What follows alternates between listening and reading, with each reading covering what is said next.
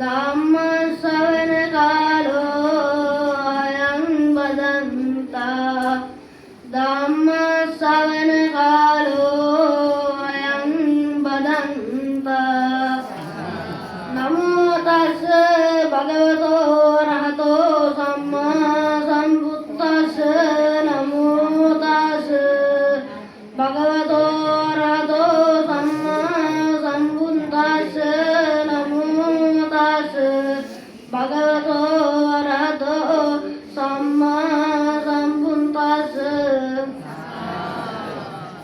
කාරුණික පින්වතුනි අද මා සූදානම් වෙන්නේ සක්ති කුම්භ ජාතකය දේශනා කිරීමටයි සියලු දෙනාම සාදු කියන්න පින්වතුනි පෙර දඹදිව උත්තර පංචාල නම් නුවරක් විය. එහි පංචාල නම් රජ කෙනෙක් රජකම් කළේය. ඒකල රජරුවන් විනෝදය සඳහා කළේය දඩයමේ යාමයි. එක් දිනක් පංචාල රජුද සිය පිරිවර සමගින් අසල කැලයට දඩයමේ ගියේය. රජතුමාට කැලය මැදින් යෑමට සිදුවූයේ මද දුරකි. හදිසියේම මුවකු පැන දිව්වේ රජතුමා අසලින්මය. වහාම රජතුමා අසරුවා සමග අසුපිට නැගී මුවා ලුහුබැන්දේය. එහෙත් මුවා අල්ලාගත් නොහැකිය. විය මෙහි තෑදෙන තුරක් මුවා ලුහුබැඳ යාමට සිදුවීම නිසා රජතුමාට මහත් වෙහෙසක් දැනිනි. එහෙයින් සිසිල් සෙවණ ඇති ගසක් මුල අවස්ථා මදකට නැවැත්විය. අසු පිටින් බැස්ස රජතුමා ගස මුල මදක් නතර වූයේ වෙහෙස නිසා ගැනීම සඳහාය. මද වේලාවකින් රජතුමාට හොඳටම නිින්ද ගියේය. අසරුවන්දා ඒ අසරට විය. අල්ලපියව් මරපියව් ගහපියව් පැනපියව් රන්දී උදුරා ගනිව් ආදී නපුරු වචන කියමින් කෑ ගසන හඩක් නිදා සිටි රජතුමාට ඇසුනේ සිහිනෙන් මෙනි. බියපත් වූ රජතුමා වහා නින්දෙන් අවදි විය. බේම වට පිට බැලිනි. එතුමාට එක් වරද දක්වන්නට ලැබුණේ අසල ගසක සිට අමිහිරි ලෙස කෑ ගසන ගිරවෙකි. බියපත් වූ රජතුමා අනතුරක් අතළඟ ඇති බව වැටහුණේ එතුමාගේ දුර දක්නා නුවණ නිසාය.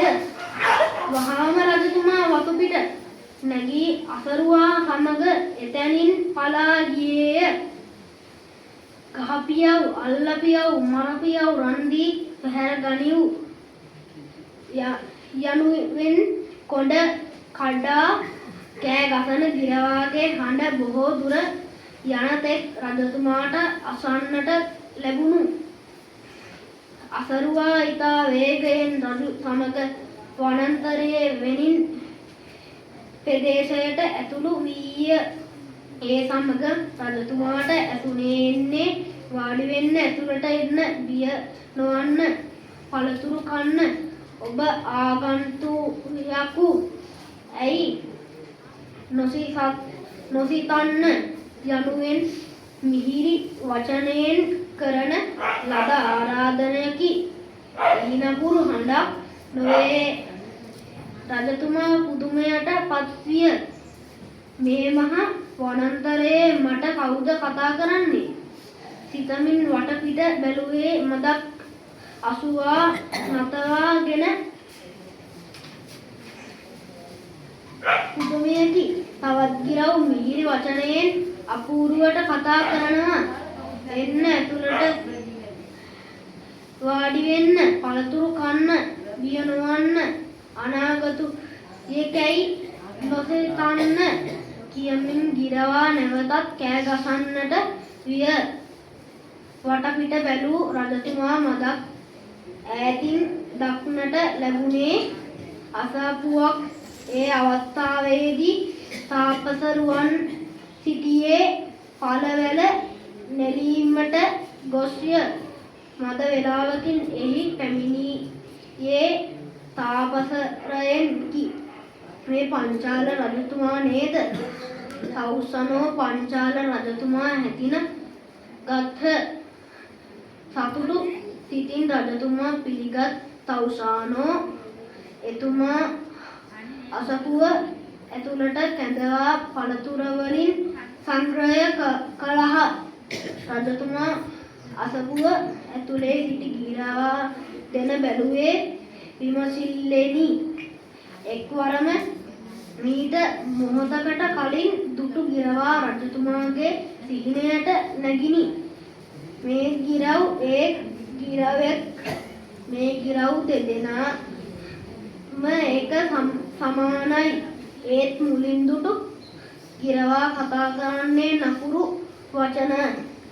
මේ ගිරවා කතා කරන්නේ මිහිරි වචන. මොකක්ද මේ වෙනස? හේතු රජු තවුසානන්නේ දිවේය. රජතුමනි, මේ ගිරව් දෙදෙනාම සහෝදරයෝ පැටව්. කාලයේ ඒක දිනක් මහ වැස්සක් සමග සුළඟක් හැමුවා. ඒ සුළඟට මේ පැටව් දෙන්නා සිටි කූඩුව කැඩී විසී වුණා. එක් ගිරා පැටියෙක් වැටුනේ සොරුන් කණ්ඩායමක් ළඟටයි. ඒ ගිරවාගේ නම සත්තිකුම්බ. ඒ නම ඔහුට ලැබුණේ සොරුන්ගේ ආයුධ ගොඩක් නිසා. ගිරවා නපුරා වුණා. ඔවුන් කතා කළ නපුරු වචන ගිරවාට පුරුදු වුණා.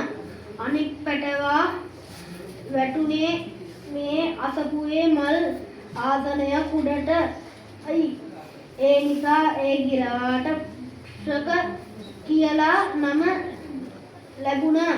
ඉතින් රජතුමනි, මේ දෙන්නාම ඒක අම්මාගේ දරුවෝ. ඒත් මේ දෙන්නා වෙනස් වුණේ අවශ්‍ය නිසා. ඇසුරු කළ අයගේ ගති පැවතුම් හා වචන මේ අයට පුරුදු වුණා. මේ අනුව ඇසුර නිසා ඕනෑම පුද්ගලයෙකු වෙනස් විය හැකි බව තාපස තුමා රජතුමාට පැහැදිලි කර දුන්නා. මෙයින් බැහැද්දින රජු තාපස්වරුන් තම නුවරට ගෙන්වා ගත්තේය. තපස්ුවක් තාදී රාජ්‍ය දක්වමින් උපස්ථාන කළේය. තම රාජයේ ගිරව් මෙරීම තහනම් කොට ඔවුන්ට ආවය දානය දුන්නේය. මේ පුවත 550 ජාතක පොතේ සඳහන් වන්නේ සත්තිකුම්භ ජාතකය නමිනි. මේ කතාවෙන් අපට ගත හැකි කරුණු තියෙනවා. ඒ තමයි ඇසුරු නිසා පුද්ගලයන් වෙනස් වන බව. හොඳ අය ඇසුරු කිරීම පුද්ගලයාගේ දියුණුවට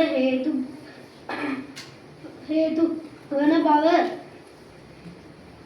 නරක අය ඇසුරු කිරීමට යහපත් පෙතියල ගෙන දීමට හේතු වන බව. ධර්මදේශනාව සදාවන කල සියලු දෙනාට තෙරුවන් සරණයි.